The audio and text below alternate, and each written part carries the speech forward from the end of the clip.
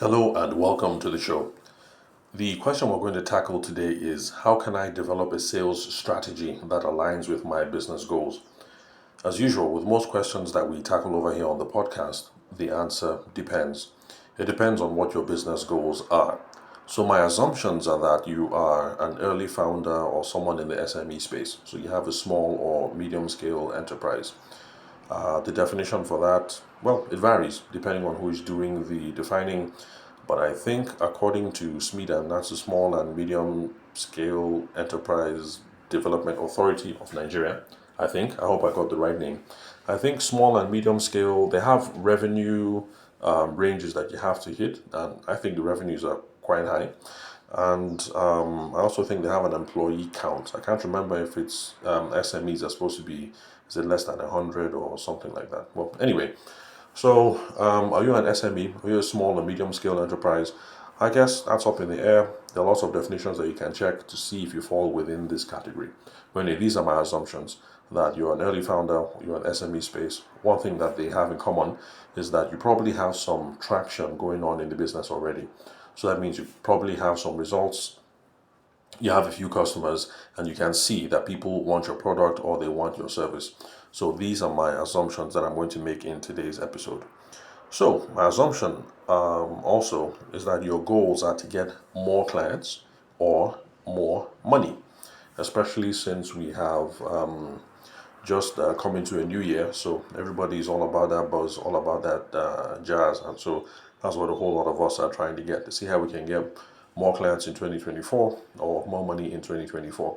Now, of course, it wouldn't be a bad idea to have extra goals like getting clarity on the kinds of clients that you should be chasing, because sometimes the problem with our sales and marketing efforts is that we don't have the proper picture of our ICP, our ideal customer profile, the customer avatar, the whatever it is that you want to call it, the right kind of people that we're going to be chasing. Because if we don't have the right idea of the kind of people that we should be chasing, then of course our sales and marketing efforts are going to fall flat, and we're not going to get the results that we would like. And then, of course, another goal that we should be aiming for should be to create systems that deliver dependable profits over time. So, a summary, the kind of goals I think that we should be running after. Number one, to get more clients, because after all, we're in business. If we don't have clients, we don't get revenues, and everything is going to flop. And of course, more money at the back end, and then more clarity on the kind of people that we should be chasing. And then, as a goal, we should also strive to create systems that are going to give dependable profits over time, which is part of the reason why I have this podcast, because I'm hoping to get people thinking real hard and thinking clearly about their sales process and coming up with a sales system, making sure that everybody is well trained and well caught up to speed, so that regardless of what kind of year it's been, or whoever it is that is running the company, people are going to be able to sell dependably over time. So, okay, now let's see. Okay, yeah, so a side note, when it comes to the ideal kind of clients that we should be chasing, these are my own ideas, because there are lots of people who come up with different yardsticks, different parameters about who is the ideal kind of client that you should be chasing. Now, in my own opinion, the ideal clients to chase are the kind of people who are the easiest to work with and who give you a healthy profit margin. So, for me, and working with the people that I've worked with so far, it's really important to go through the little records that you have. It doesn't have to be anything fancy.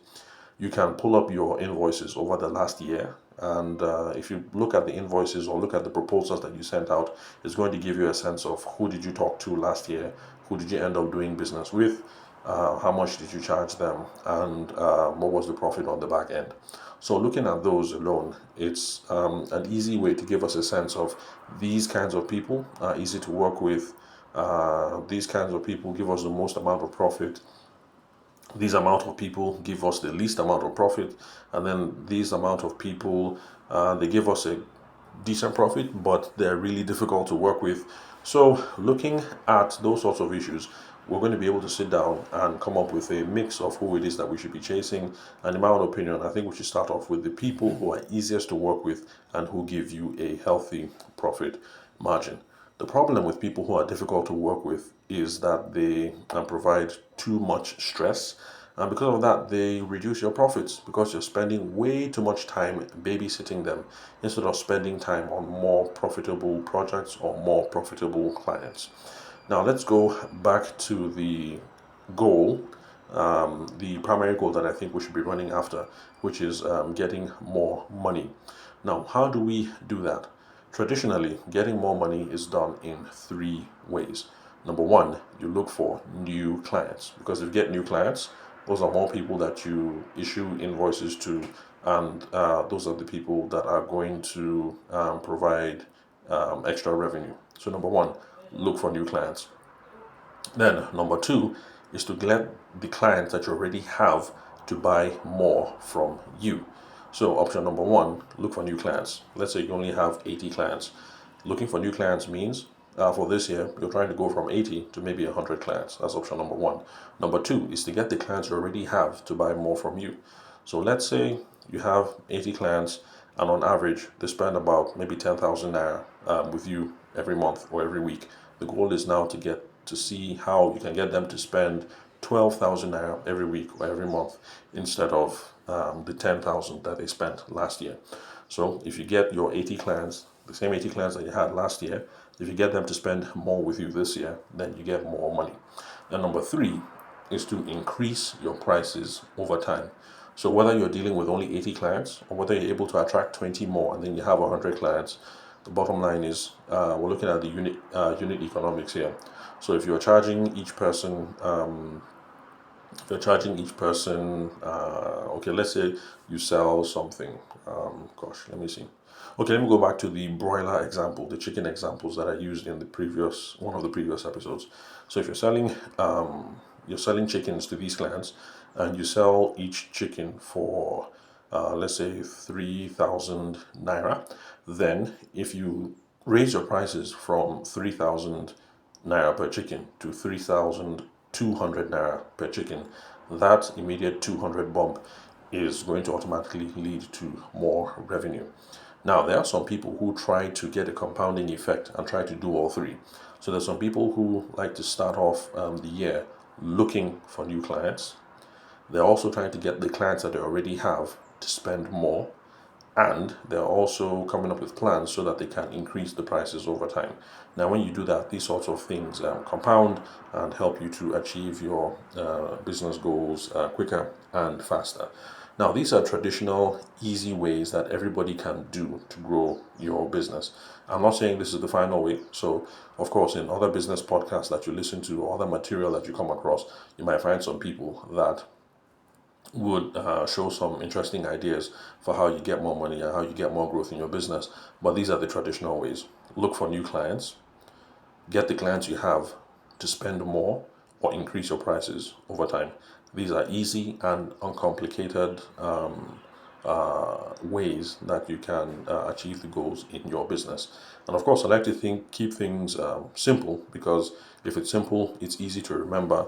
And if it's easy to remember and it's easy to understand, it's going to be easy to execute.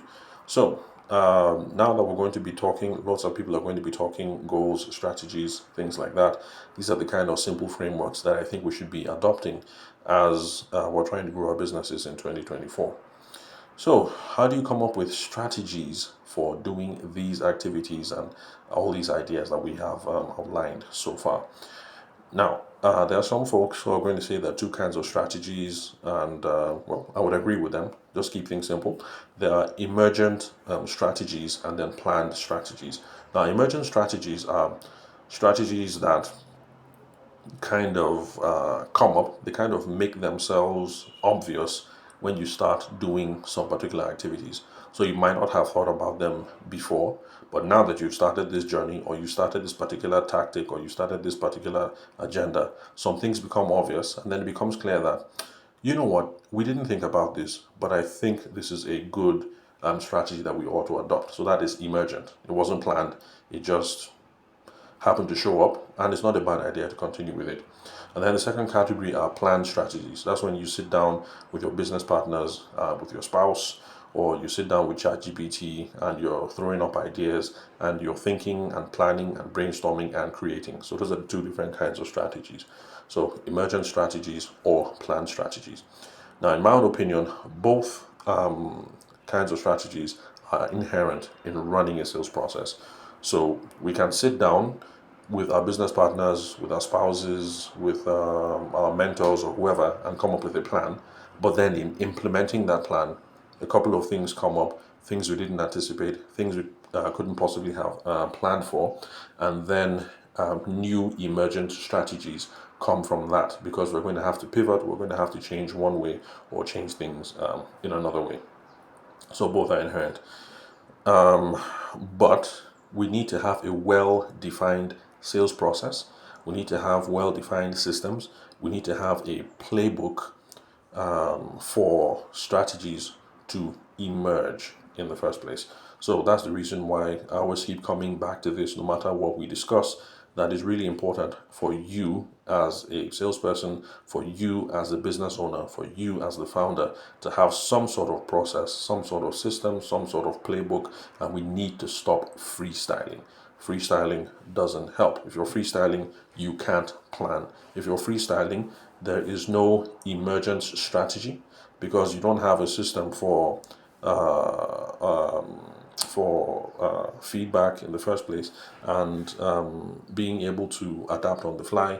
And of course, if you're freestyling, then there is no planned strategy to begin with. So we need to have a well-defined process for us to have a planned strategy to begin with, and to take advantage of emergent strategies as they come up. So in the next episode, since we've done well over 10 minutes so far, in the next episode, we're going to come up with case studies, and we're going to explore how we can plan for strategies and how actual strategies can emerge as we execute our sales process. So that's all for today, folks. Remember to connect with me on WhatsApp. The number is 080-6466-2140. The country code is +234 for those of you who are hitting me up outside the shores of Nigeria. And then remember to connect with me on LinkedIn. I'm the host of this show. My name is Taveshima Ayede, and you can confirm the spelling of my name and my email address from the link where you're currently listening to this episode. Thank you very much for your time and attention. I'll catch you guys at the next recording.